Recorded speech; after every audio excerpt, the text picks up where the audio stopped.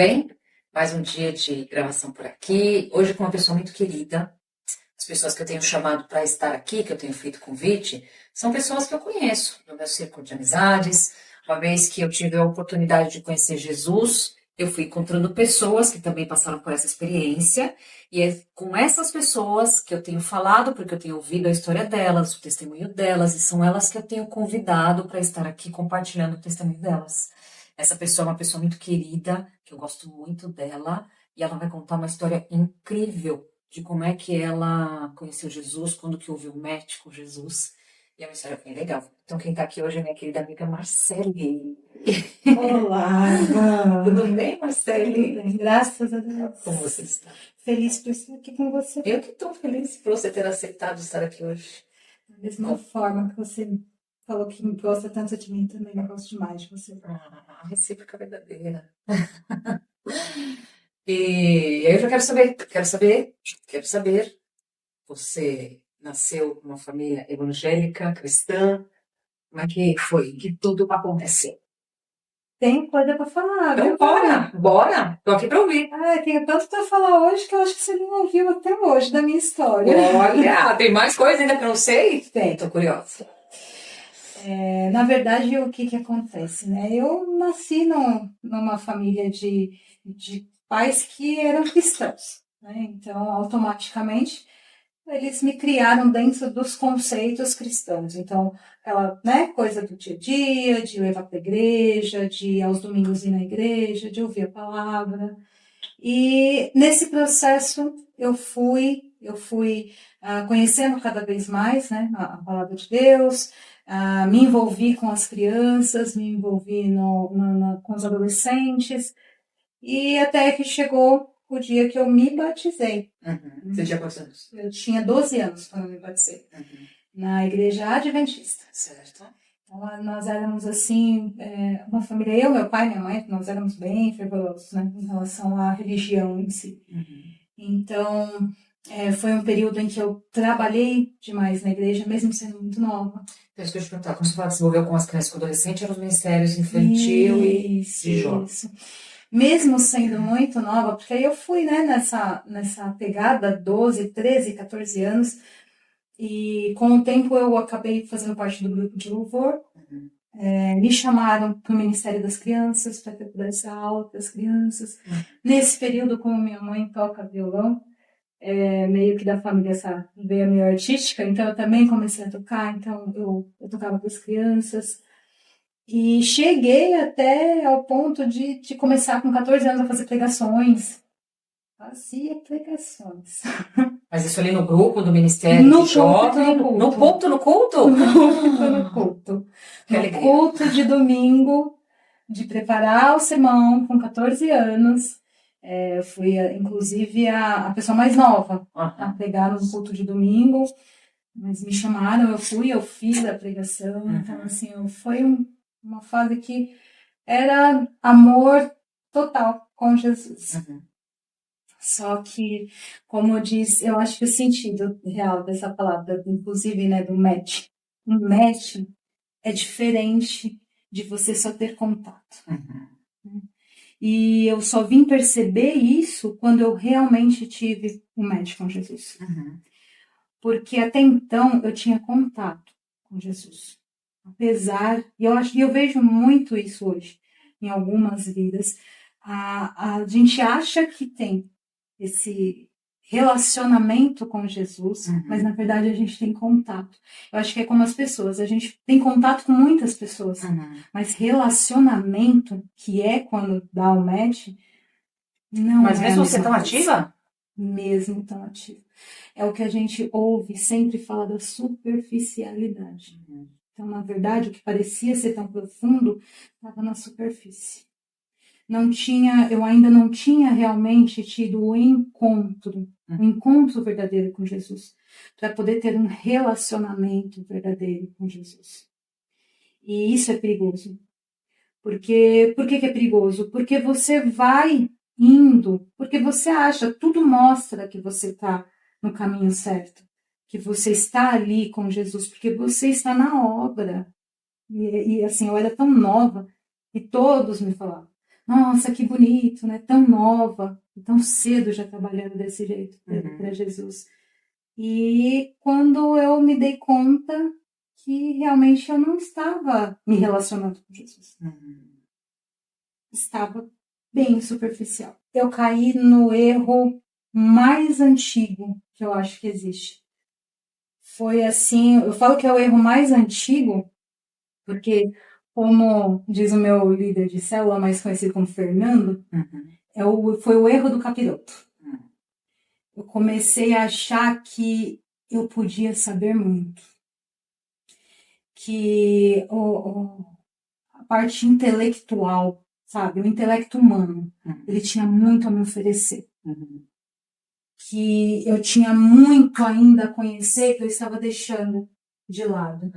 Em detrimento de estar tão dedicada à obra de Deus. E foi nesse momento que eu caí.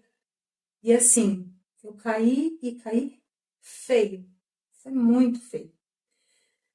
Que nem eu falo, né? Uma pessoa, quando ela não é cristã, quando ela não nasceu numa família cristã, ela não teve esse envolvimento, ela já tem as atitudes dela que não são em conformidade com a palavra. Mas parece que o cristão, quando ele cai, ele consegue, às vezes, fazer pior. Porque aí todo aquele tempo, tudo aquilo que ele começa a querer refutar. Ele quer provar de qualquer jeito, ele precisa provar que estava errado. Ele precisa provar que tudo aquilo que ele acreditava não era verdade. Então, ele vai numa busca, e foi o que eu fiz. Eu comecei numa busca muito intensa. Então, eu lia, era desesperador para minha mãe. Minha mãe foi ficando assim, apavorada, ela só orava. Então eu comecei a ler Nietzsche, eu comecei a ler todos os filósofos e sociólogos que eu podia, sem filtro. Eu não tive um filtro, porque quando eu falo isso, porque eu aprendi muita coisa. Eu não falo que a filosofia, que a sociologia, não demonizo, né? Eu aprendi muita coisa, mas eu não filtrei. O meu objetivo era provar com a filosofia e a sociologia que Deus não existe. Então foi atrás do que eu fui. E eu comia livros, eu consumia assim, minha vida se tornou, o meu foco era esse. E nessa época eu realmente adquiri muito conhecimento, mas conhecimento do homem. E aquilo foi inflando meu ego. Por isso que eu disse que é o erro mais antigo. Eu achando que estava arrasando, na verdade eu estava sendo tão clichê, eu estava cometendo o erro mais antigo da humanidade. Então você estava lá no seu ápice com 14 anos, ápice eu digo, de estar envolvida com coisas da igreja, a ponto de chegar a pregar no púlpito. E aí com quantos anos essa fase aí, você dedicar à leitura de... Mais ou menos com os meus 15, 16 anos foi quando eu comecei. E aí eu não parei mais. E quando você é cristão, você tem uma base moral das suas atitudes, né? E quando você deixa de ser, essa base ela perde o sentido, né? Então não faz mais sentido. Que é aí que você fala de ter caído. Você se afastou totalmente de tudo aquilo que você estava construindo. Totalmente. No entanto que por muitas vezes é que hoje eu já aprendi a me perdoar. Mas por muitas vezes eu trouxe isso com um sentimento muito ruim. Poxa, Marcele, como você chegou a isso? Como que você, conhecendo a palavra, conhecendo a Cristo, você caiu desse jeito? E aí faz muito sentido com o que está escrito, né? E você que está em pé, cuidado para que não caia. Mas você chegou então de fato a acreditar que Deus não existia? Com todas as minhas forças. Com todas as minhas forças. E você tentava convencer as pessoas da sua família, por exemplo? Sim, meus amigos. Você já não estava na igreja? Não estava mais de jeito nenhum. E foi uma fase, eu nessa fase até gótica eu fui. Eu dormi em cemitérios. Olha só, quando eu falo que eu fui fundo, eu fui fundo. Então, quem me via, até a minha aparência ela mudou totalmente, sabe? Eu só andava com roupas pretas, eu não tinha mais outra cor, sabe? Comecei a beber, bebia. Parece que eu queria beber tudo que eu nunca bebi na minha vida, eu queria beber. E então, assim, eu acordava, eu tomava de café da manhã bebida. Eu lembro que eu era menor, né? Então eu ia até a padaria e falava pro dono da padaria para ele poder me dar. E não era cachaça. Eu pedia para ele me dar um copo porque era para jogar num formigueiro. E você bebia? E eu bebia, isso era de manhã. E minha mãe, aquilo ficando cada vez mais desesperador. Porque o que acontecia? Eu saía, minhas amizades mudaram também. Então eu saía com os meus amigos, começava na quarta. E aí eu ia até domingo. Que minha mãe só me via em casa para trocar de roupa, tomar banho e sair. Nessa época também entrou forte demais o vício de cigarro. Foi tudo junto. Veio tudo junto, o cigarro. Chegou uma época que eu fumava 3 maços por dia. São 20 cigarros em cada maço. Eu emendava um cigarro no outro, eu acendia um cigarro com o outro. Então era cigarro, era bebida. Eu penso hoje que Deus me livrou muitas vezes de muitas situações. Eu creio muito nisso. Que pela infinita misericórdia dele, esse tempo todo que eu estava nessa situação, ele estava me olhando. Porque começa a vir muita coisa, porque a gente sabe que a verdade existe, ela é uma só. Ela é Deus.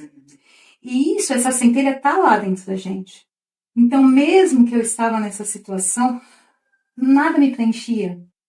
Então, eu ainda estava numa busca enorme. Por isso que é a verdade, que é Jesus. Que eu estava loucamente tentando negar e provar que não existe. Então, nesse momento, entrou uma depressão. Depressão, assim, de eu teve situação de eu chegar aí pro hospital, que eu tomei muito medicamento. Você tentou tirar pra trabalho? Tentei. E não foi só, por isso que eu falo que Deus, ele guarda muito a gente, sabe? Então, eu me lembro muito claramente, tem coisas, inclusive, eu tava pensando nisso esses dias, que eu falo, Deus, por que eu lembro com tanta lucidez? Porque eu sou meio Dory, quem me conhece sabe, minha memória é maravilhosa. E por que eu me lembro? Eu até falei isso mesmo, do que eu lembro de tanto detalhe. Mas assim, me veio muito no coração. Mas é para você lembrar, para que você não caia de novo e para que você consiga passar. Isso, entendeu? Para que as pessoas possam sentir que é verdade. Você precisa lembrar com detalhes do que você passou. E eu lembro de vezes que eu tinha bebido muito, muito. Uma vez eu estava na casa de uma amiga minha, ela mora num prédio alto. E eu na sacada, eu lembro que eu sentei com a garrafa na mão. E eu ficava brincando, eu soltava as mãos, ficava brincando para ir me jogar. E já tinha bebido, então eu já estava sem equilíbrio, eu já não. Então, assim, qualquer vento ali me derrubar. Por isso que eu falo que eu acho que Deus, ele me guardou em muitas situações. E quando que a sua chave foi virada? Essa chave, ela foi virada no momento de que Deus olhou para mim assim, que ele olhou e falou, agora é a hora. Agora é a hora de eu virar a chave dessa menina. E nessa fase, onde eu também falo, mãe, oração de mãe, né? É uma coisa muito antiga, que eu sempre falo, eu sempre ouvi isso na igreja desde que eu era criança, né? Oração de mãe tem um poder muito grande, tem uma força muito grande. E minha mãe, durante todo esse meu processo, ela orava demais. E ela conversava comigo, ela sempre me exortava. Então ela sempre me exortava, ela sempre falava, Marcele, você conhece a palavra, Marcele, era todos os dias. E eu sei o momento que Deus resolveu entrar e agir, quando minha mãe parou de falar. Porque eu me lembro como se fosse hoje, minha mãe falando para mim, Célia, eu orei muito para Deus essa noite, e ele me falou o seguinte, fica em paz e deixa que dela cuide eu. E a partir daquele momento, eu tenho certeza que minha mãe continuou orando, mas ela não me falou mais nada. E um belo dia, eu acordo com uma dor horrível, uma dor abdominal assim, que parecia que estava enfiando uma faca na minha barriga, do nada. E eu fui, porque eu sou uma pessoa que eu sou meio durona em relação à dor, para falar, para parar, para ir para o médico, enfim. Então eu ia trabalhar, isso se estendeu por dias. Eu ia trabalhar encurvada, eu não conseguia me esticar de tanto que doía. E eu vomitava, eu ia trabalhar, eu tinha que ir pro banheiro, de repente vomitava. Eu não conseguia comer, eu perdi muito peso. Aí começou a febre, muita. Meus pais, eles me levavam pro hospital. Chegava no hospital, os médicos, né, a dor abdominal, é febre, então coloca no soro, com Buscopan, dipirona, enfim. Tudo aquilo volta para casa. Nisso, eu fiquei por 2 semanas, indo de 3 a 4 vezes por semana no hospital. Então, socorro, era esse procedimento e eu voltava para casa. Eu me lembro, assim, como se fosse hoje, várias vezes minha mãe falando no meio do caminho. Eu estava no banco de trás do carro, meu pai dirigindo, minha mãe no banco do passageiro, e ela falando: tá vendo, Célia? Fica bebendo, não para de beber. Tá vendo a consequência? E eu já tinha colocado na minha cabeça, deve ser a bebida mesmo, meu fígado deve, né? E lembrando, em meio a tudo isso, Deus não existe. Isso já estava bem fixo na minha mente. E eu sabia explicar para quem me perguntasse com todos os argumentos possíveis e impossíveis. E até que um dia, num dos pronto-socorros que eu fui, foi no Nipo brasileiro, inclusive, um médico muito antigo, eu lembro que ele era bem senhorzinho, assim, um japonesinho. Ele veio, ele me examinou, fez o exame físico, e na hora ele olhou para mim e falou: eu vou te mandar para o ultrassom, mas eu acho que você está com um apêndice supurado há muito tempo. E aí eu fui para o ultrassom. O médico que estava fazendo o ultrassom, ele não demorou muito, eu acho que não deu ali 3 minutos que ele começou a fazer o ultrassom. Ele falou para minha mãe. Ele falou: ela vai ser removida daqui de ambulância com urgência para o Evaldo Foz, que é o hospital onde a gente vai ter que fazer a cirurgia. E esse médico te abordou, ele chegou e você simplesmente falou: vou te examinar, porque eu acho que. Chegou do nada, você não estava nem passando em consulta com ele. É tudo Deus, né? É tudo Deus. E nessa hora você não percebia que era. Nessa hora, de jeito nenhum. Nessa hora, pra mim, era tudo coincidência, tudo obra do acaso, sabe? E assim, nesse momento em que esse senhorzinho ele me examinou e ele chegou a essa conclusão, quando ele saiu e falou que ia me mandar para o ultrassom, eu me lembro que vieram alguns profissionais e me fizeram alguma medicação, que eu já estava com. Ele me mandou instalar o acesso, me fizeram alguma medicação. Não sei se você já viu aqueles filmes em que a pessoa ela não consegue se expressar, ela não consegue falar, ela não consegue se mover, mas ela está vendo tudo o que está acontecendo? Sim. Aconteceu isso comigo. Eu já estava meio que anestesiada. Foi a primeira vez na minha vida. Então, assim, o que está acontecendo comigo? Eu só me lembro muito bem de sentir a lágrima escorrendo, assim, porque o desespero, que eu não conseguia falar. Eu fiquei paralisada, não sei, não, até hoje eu não sei explicar. Se foi reação do remédio, o que foi, se chegar, eu não sei. E, enfim, fui na ambulância, até me lembro muito bem do enfermeiro falando assim: eu acho que vai ter que ser com emoção, que era com a Sirene. Era grave. Era grave, muito grave. E aí cheguei lá, foi a primeira vez que eu vi meu pai chorando. Porque meu pai, ele é daqueles pernambucanos arretados, que não chora por nada nessa vida. Mas foi a primeira vez que eu vi ele chorando, porque o médico, eu já estava na sala sendo preparada para subir para o andar, para a cirurgia. E o médico chamou meu pai e minha mãe e conversou com eles. Falou que meu apêndice realmente estava supurado, mas que estava em uma situação muito grave, porque provavelmente já fazia dias que ele estava supurado. Essa cirurgia, a apendicectomia, normalmente ela é feita quando o apêndice inflama. Já estava muito além disso. Ele tinha supurado, ou seja, né, em outras palavras mais simples, ele inflamou tanto que ele estourou. Uhum.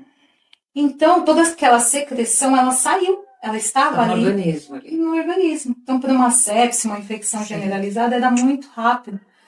E o médico falou isso para meu pai e para minha mãe.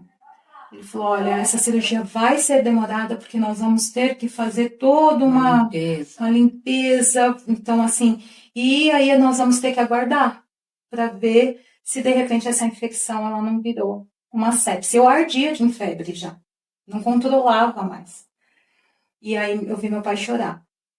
Nesse momento eu lembro que eu estava com aquela roupa de ir pro centro cirúrgico, eu estava com a touquinha, tudo. Veio o maqueiro, veio o enfermeiro e eles estavam me colocando no elevador. Nesse momento, na minha mente mesmo, eu falei assim, exatamente desse jeito. Eu falei, olha, cara, que audácia. Nunca tinha falado assim com Deus na minha vida. Eu falei, olha, cara, se você existe mesmo, eu vou sobreviver a essa cirurgia. Eu vou ficar bem, mas isso não bastava, porque isso aí podia ser obra do acaso. Sim. E para eu ter certeza que foi você que me ouviu, assim que eu acordar da cirurgia, eu não quero que aconteça nada. Assim que eu acordar, que eu abrir meu olho, eu quero ouvir de forma muito audível e muito clara no meu ouvido. Eu quero ouvir a tua palavra, eu quero ouvir a tua voz dizendo eu existo. Eu fui muito específica. Forte. Muito. E naquele momento, eu falei assim, sabe, sem, eu acho que na hora eu nem sabia, mas foi com toda a fé, né? Apesar de naquele momento eu não acreditar em Deus, tinha centelha lá dentro. E eu falei com muita convicção mesmo, e eu fui naquela certeza. Fui para a cirurgia. Essa cirurgia, normalmente, quando ela não complica, ela demora no máximo uns 40 minutos, não chega a 1 hora. Minha cirurgia passou de 4 horas. Uhum. E quando eu acordei, depois eu perguntei onde eu estava, fiquei sabendo que eu estava na sala de recuperação. Certo. Eu lembro que quando eu abri o olho, eu nunca passei por isso na minha vida. Vanessa, é uma experiência, ela é única. E eu, hoje em dia, eu não tenho mais vergonha das coisas que eu fiz, porque eu agradeço a Deus por Ele ter me dado essa oportunidade de passar por isso. Porque é muito forte. E quando eu abri o olho, eu tomei um susto tão grande, porque parecia que tinha uma pessoa agachada do lado da minha maca, e veio aquela voz, na hora, no meu ouvido, eu existo. O susto foi tão grande que eu virei o rosto, a hora que eu virei o rosto, aí eu vomitei. Vomitei, acho que por causa do efeito da anestesia. E naquele momento, me veio na hora na mente, você disse antes de qualquer coisa. Então, eu não virei para o lado e vomitei e depois ouvi. Não, eu abri o olho, eu ouvi. Foi com um susto que eu virei o rosto e vomitei. Sabe? E naquele momento, eu tenho certeza que o Espírito Santo de Deus estava ali. Eu tenho certeza. Porque naquele momento, eu tive o match com Jesus. Maravilhoso. Aquele foi o momento verdadeiro do encontro por um relacionamento com Jesus. O meu relacionamento começou dali. Por isso que eu digo que o meu match foi naquele momento e não lá atrás. Não quando eu com 14, 12 anos, quando eu fui batizada. Lá eu tinha contato com Jesus. E eu só descobri isso depois dessa experiência.